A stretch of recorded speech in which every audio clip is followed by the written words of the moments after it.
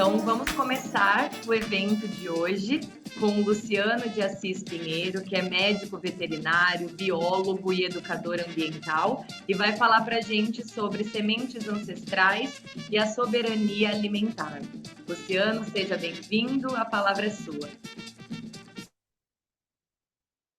Olá, eu quero agradecer o convite, né? Agradecer à ONG Pais Sem Fronteiras pela oportunidade do local de fala e quero dizer que eu estou muito emocionado em poder falar hoje aqui, né, um pouquinho a respeito dessa experiência que eu tenho realizado com as sementes ancestrais, porque para mim é um resgate familiar, né? Então agradeço demais aqui, agradeço a cada um que está presente e quero iniciar assim com algo que eu vou na minha família, né? Eu vou na minha origem. Então, eu sou, além de educador ambiental, né? Eu tive a oportunidade, eu cresci dentro de um ambiente de floresta, pois meus pais eram agricultores e então eu me formei como ser humano dentro da natureza, né? Isso me deu algumas oportunidades. Então, por isso da minha emoção hoje, né, de estar aqui falando a respeito das sementes ancestrais, porque isso me leva para a minha origem, novamente, me leva para a minha infância, né? E eu vejo nisso um resgate de algo muito valioso, né, que é o conhecimento. Um conhecimento que meus pais tinham e que me transmitiram aos meus irmãos e que depois de um tempo perdido eu pude resgatar. Então daí eu já digo que esse é o motivo de paz dentro de mim, do qual eu vou compartilhar hoje aqui, né?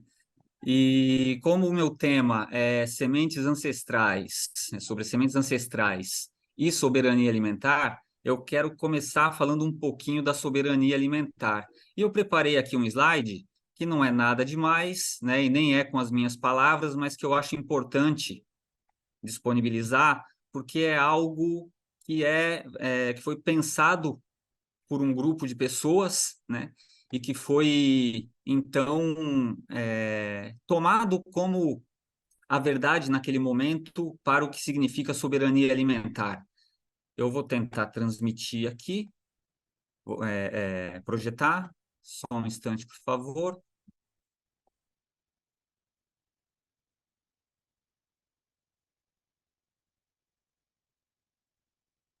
E enquanto eu for conversando, eu vou passando algumas imagens, tá? Mas é muito pouca coisa.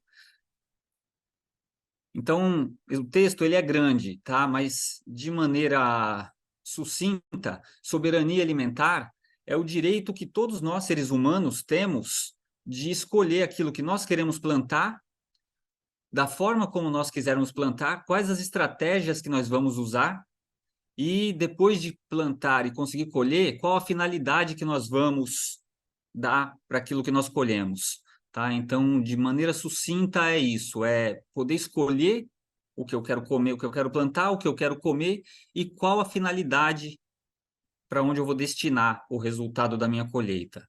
Aí, então, isso tudo foi pensado dentro de um fórum, que foi o Fórum Mundial sobre Soberania Alimentar, em Havana, no ano de 2001. Então, se reuniram vários agricultores, campesinos, tribos, filósofos, para poder pensar em algo que completasse e complementasse o termo soberania alimentar. E assim, então, a gente usa esse parâmetro hoje para poder dizer a respeito do assunto, tá? Então, a ideia da soberania alimentar é o quê? É ter condições de sanar com a fome, de erradicar a fome e a desnutrição. Eu digo isso e acho muito importante estar falando hoje aqui a respeito desse assunto, justamente pelo motivo do nosso ciclo de palestras, né? Onde toda a renda, todo o resultado da renda vai ser destinado para a compra de alimentos. E todos esses alimentos serão doados para pessoas em situação de risco de fome, né? Então, o tempo inteiro, desde o primeiro dia do evento, nós estamos falando muito na alimentação, na fome, no direito, né, na segurança. E então eu acho que tem assim muito a ver com o que eu vou tratar hoje, né? Ontem mesmo nós tivemos algumas palestras que foram também relacionadas a isso, e daí eu vejo que o caminho da paz, ele é também o caminho da soberania, né, alimentar, e o caminho para não o caminho para erradicar a fome, né? Então não adianta eu vir aqui falar de filosofia, vir aqui falar de direito, vir aqui falar de paz, sendo que tem do outro lado pessoas que estão de estômago vazio. Então eu creio que ninguém consiga pensar em paz, consiga estar em paz se tiver de estômago vazio, tá? Então daí a necessidade de se pensar nesse tema e de se resolver essa questão, tá?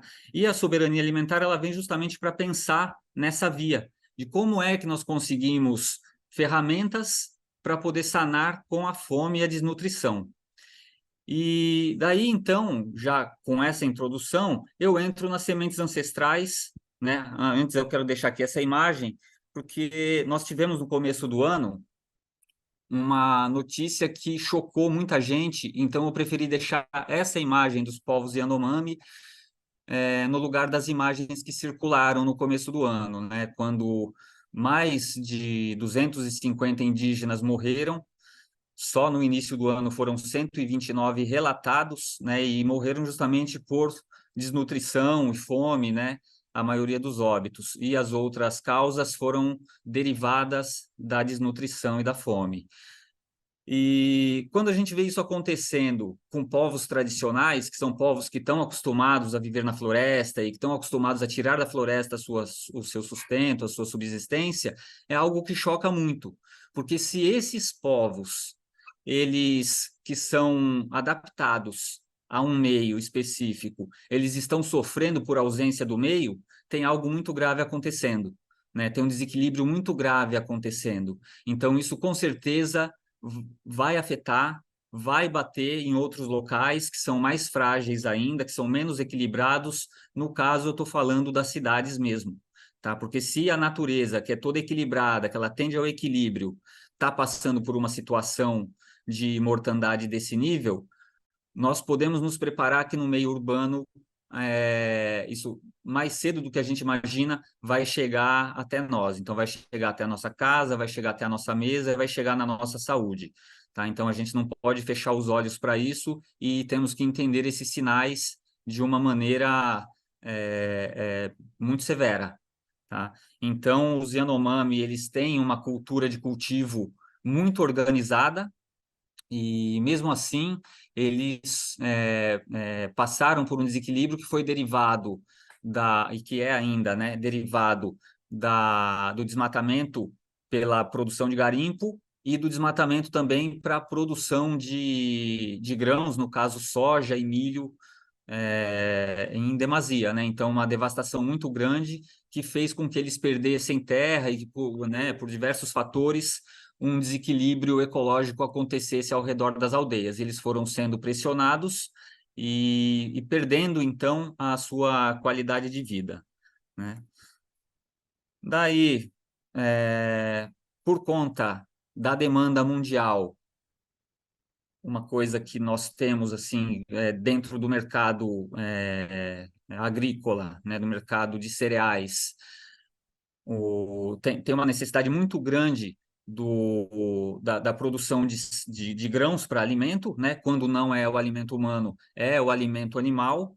E aqui eu trouxe uma representação de 5 grãos que nós conhecemos, assim, que a maioria da população mundial conhece. Então, a gente consegue contar nos dedos de uma mão qual é a variedade de grãos que nós temos na nossa mesa no dia a dia. Então, no caso, é o arroz, o feijão, os mais conhecidos, o milho, o trigo, para fazer um pão, né, um biscoito, e a soja, que é a base de proteína mais difundida. Primeiro, porque ela serve para suprir necessidades animais, né, de alimentação animal, e depois porque ela serve também para compor outros alimentos, como a Fernanda trouxe ontem na fala dela, na palestra dela, outros alimentos que são processados, né? Então, a soja ela entra dentro do processamento, junto com o milho também, para produzir outros tipos de derivados, né?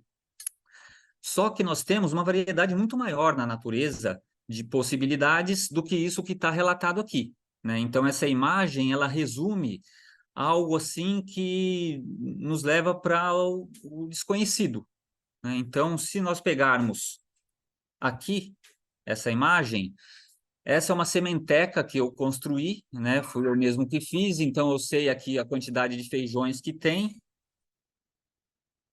São 32 tipos de feijões aqui, diferentes, né? Esses feijões, eles foram plantados e colhidos por mim e por um grupo de guardiões de sementes ancestrais, né? Então, é um grupo que nós integramos, chama Luz da Terra, o nome desse grupo, e ele está dentro da ONG Pais Sem Fronteiras. Então, o nosso projeto, basicamente, se resume à produção e manutenção dessas sementes.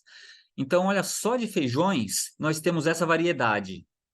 Isso aqui é a nossa coleção hoje, não quer dizer que se resume a isso apenas, existem muito mais, né? E aqui, né, mais uma foto aí dos feijões que nós escolhemos, né, com uma variabilidade genética muito grande, e aqui os milhos. Então, olha a diferença daquilo que nós estamos acostumados a ver quando você vai no mercado, que você quer comer um milho cozido, ou que você quer fazer uma pipoca, ou que você vai comer uma pamonha, um curau. Nós estamos acostumados com o milho amarelo, né, que é uma única variedade. E aqui foi uma colheita de milho que nós fizemos no ano passado, né, com mais ou menos, tem para mais de 15 variedades de milhos aqui. Todos eles comestíveis, todos eles apropriados para alimentação humana e para alimentação animal e para se fazer todos os pratos que nós conhecemos, desde a pipoca até o milho cozido, curau, suco, pamonha, né?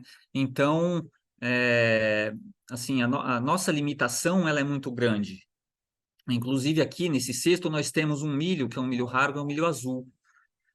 E tudo isso nós fomos descobrindo, assim, foi algo que foi surgindo na nossa frente, né? Porque nós tínhamos que recuperar uma área de plantio e uma área de vegetação que estava devastada, uma área de terra devastada, e nós queríamos recuperar, e essas sementes apareceram para nós como a possibilidade de regenerar aquele solo.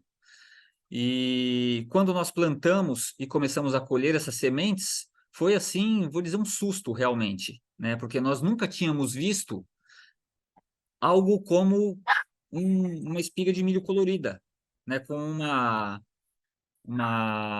um feijão todo colorido, um feijão multicolorido, né? E daí cada vagem que nós abríamos de um feijão era uma surpresa, porque ele tinha uma cor diferente, ou de uma fava que tinha uma coloração toda diferenciada, que ninguém nunca havia percebido, né? Ou desses milhos, quando você vai debulhar o milho e acha que vai sair um milho amarelo, de repente um milho preto, né? Um milho roxo, ou um milho todo misturado. Então, isso tudo nos surpreendeu, né? Com quanta variabilidade a natureza se apresentou. E daí, então, que eu tive noção de um fato que aconteceu na minha família quando eu era criança, já me colocando, passando aquela fase pré-adolescente, né? Que meu pai, ele plantava tinha umas duas variedades de milho que ele plantava, e ele todo ano deixava lá, quando colhia, deixava as espigas penduradas, uma parte delas secando, para poder plantar no ano seguinte. E ele deixava, ficava de um ano para o outro, né? Ele preparava o solo no ano seguinte, plantava novamente, reservava uma parte do que nós não nos alimentávamos, do que ele dava para a vizinhança, do que ele distribuía do excesso, e reservava novamente para plantar. Então, todos os anos vinham dessa maneira: reservava uma parte, plantava novamente, daquele mesmo milho. E um dia, um amigo dele disse para ele: Olha, Luiz, eu consegui essa semente de milho aqui, que ela é uma semente que já vem preparada, né? Ela tem aqui um veneno e ela tem resistência, não vai dar lagarta, e o milho não vai morrer. Uma história assim que era muito vantajosa, né? E meu pai falou: tá legal, vou experimentar também. E ele não plantou naquele ano o milho que ele sempre plantava, que ele tinha adquirido do avô dele, que por sua vez tinha adquirido do meu bisavô, né? E que era uma semente que vinha de geração em geração sendo transferida e que chegaria até mim. E então ele não plantou o milho que ele tinha por tradição plantar, para plantar aquele milho que ele comprou numa loja agropecuária que já vinha preparado com tal veneno, né? Que era reforçado. E nisso, a colheita dele realmente foi uma colheita com umas espigas maiores, né? Mais viçosas, e realmente não deu a praga, a lagarta não comeu, né? A praga não atacou, não deu fungo. E tá, daí ele reservou uma parte do que nós não comemos, do que a criação não comeu, e deixou secando, como era da tradição dele fazer, de um ano para o outro para poder replantar.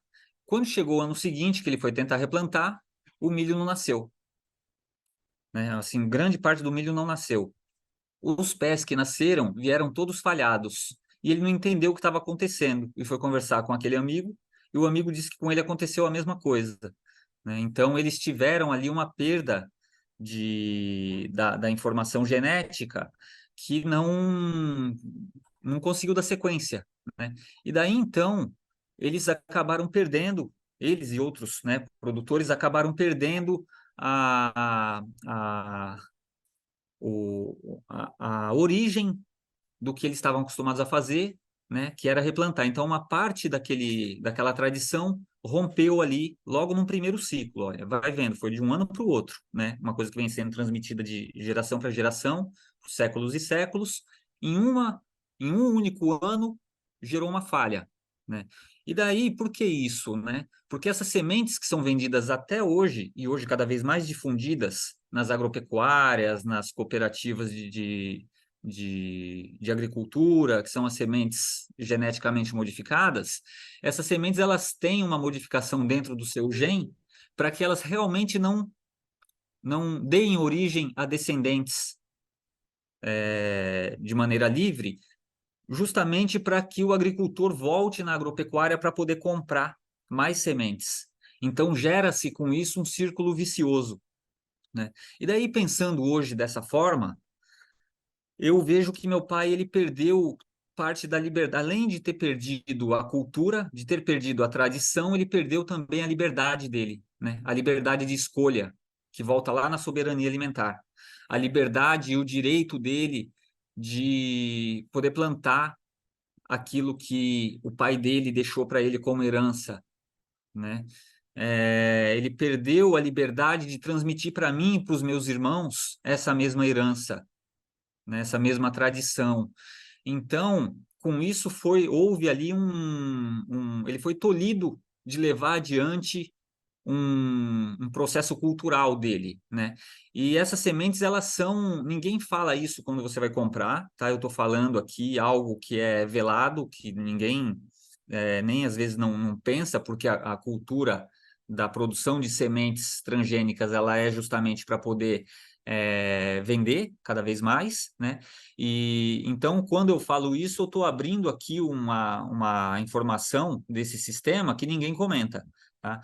Que é justamente da liberdade, né? De tirar a liberdade. Então, você, como agricultor ou como agricultora, fica refém de um sistema e todo ano você tem que comprar.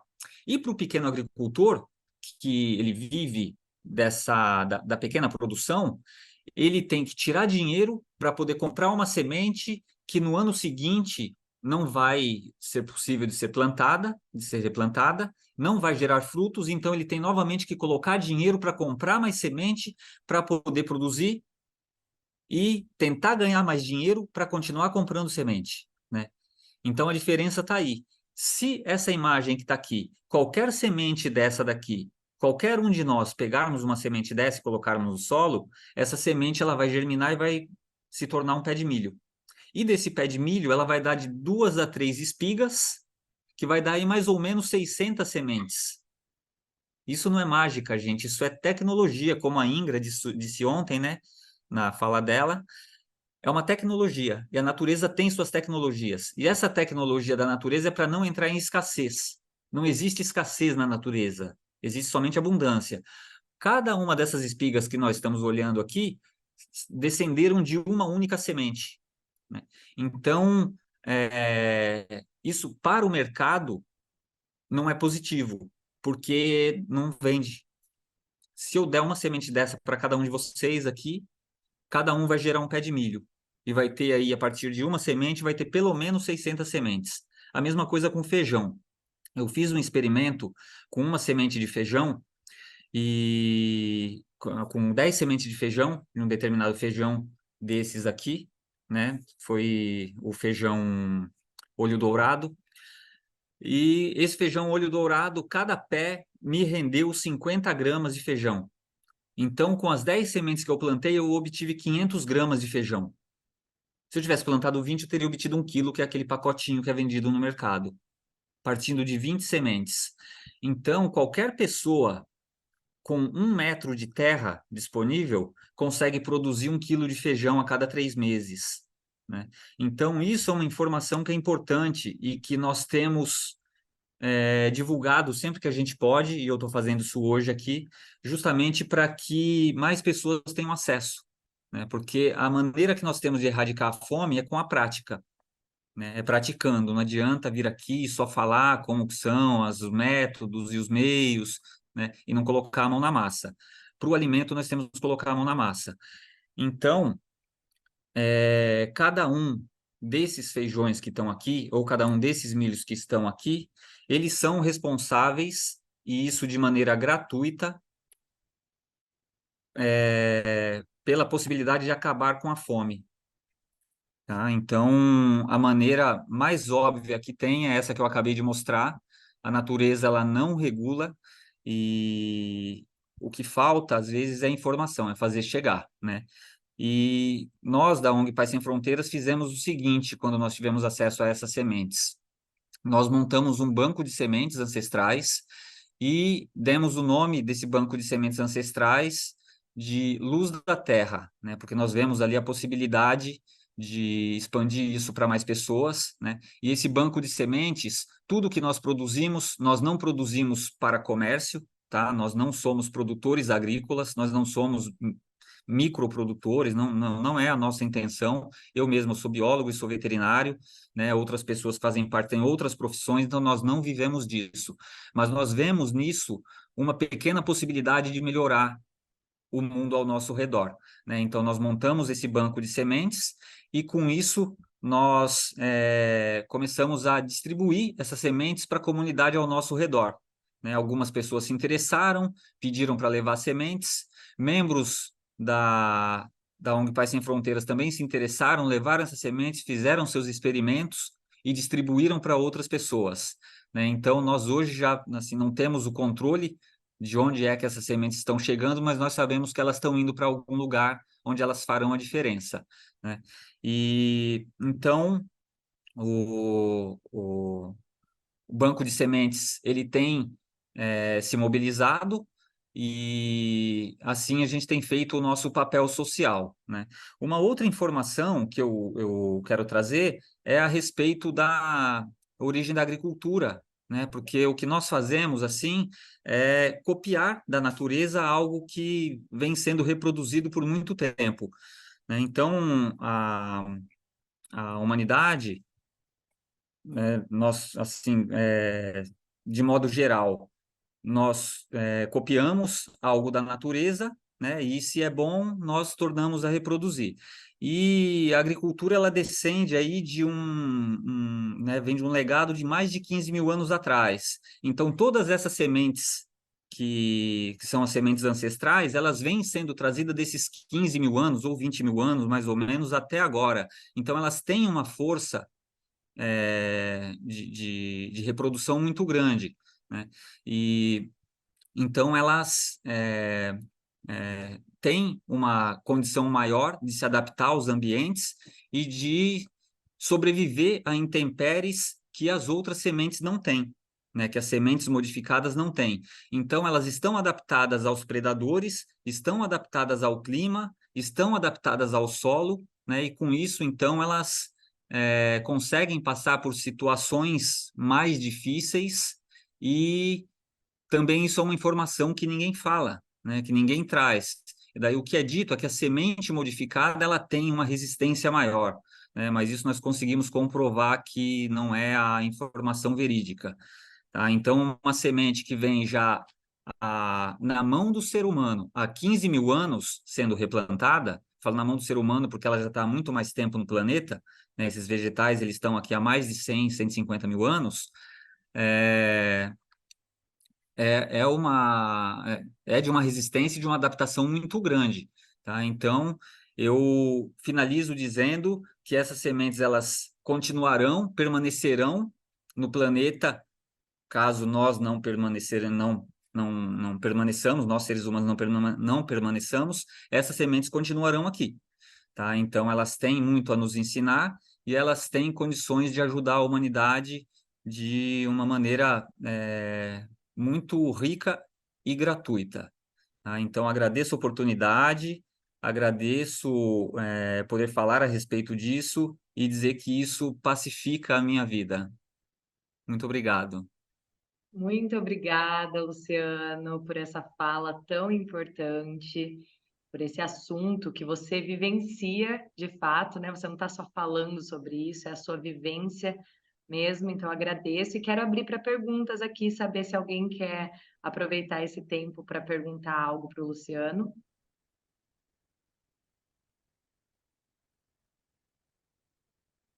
Não? Então, eu quero perguntar. Como foi para você quando você entrou em contato com essas sementes e percebeu que você, a partir disso, estava fazendo um resgate familiar? Acho muito bonito quando você conta essa história da sua família, assim. Como tem sido para você essa jornada? Porque você já estava em contato com a terra, mas está sendo um resgate familiar, ancestral mesmo para você, né? Exato, eu tenho uma recordação, isso que eu contei é uma recordação que eu tenho dos meus 12 anos de idade, porque eu plantava junto com meu pai, né, ali na brincadeira, aprendendo com ele, mas eu plantava e daí eu lembro de um milho que ele tinha, que ficou gravado que era um milho ele era meio avermelhado, né, e tinha uma palha roxa, e daí aquilo ficou gravado no meu interior assim, e quando desapareceu, lá nos meus 13 anos, desapareceu realmente, assim, não tive mais contato com aquilo. E agora, recentemente, há 3 anos, foi quando uma guardiã de sementes me mandou um kit, quando eu comecei a pesquisar junto com os outros membros da ONG, para que nós pudéssemos recuperar uma área degradada de solo da sede da ONG. E nós plantamos aqueles milhos e, de repente, no momento de colher, 4 meses depois do plantio, eu vejo um milho de palha roxa. Falei, poxa, mas que estranho, né? Eu tenho a impressão de já ter visto isso aqui. E daí eu peguei aquela espiga de milho de palha roxa, que é um milho que chama macabu, e abri a espiga do milho e vi que ela tinha as sementes amarelas avermelhadas. E daí imediatamente eu fui, né, retornei lá para minha infância com meu pai. Eu falei, poxa, esse é o milho que meu pai plantava, né? E daí eu tive então a sensação, eu revivi os momentos com ele de ter replantado e senti então que eu tinha resgatado aquela origem da qual ele havia perdido por um equívoco do desconhecido, né? Então, algo que não foi proposital para ele, mas que foi um equívoco que gerou aquela ruptura, né? Então, eu senti que ali eu reintegrei. Que bonito isso, Luciano. Te agradeço pela sua fala e por você colaborar tanto com esse movimento e trazer para a minha vida e para a vida de todos e todas nós que fazemos parte da ONG esse conhecimento, porque tudo isso que você trouxe aqui eu desconhecia também e tenho aprendido muito com esse movimento das sementes ancestrais. Muito obrigada. Mais alguém quer fazer alguma pergunta? Não? Então, Luciano, muito grata pela sua contribuição com o ciclo de difusão da cultura de paz.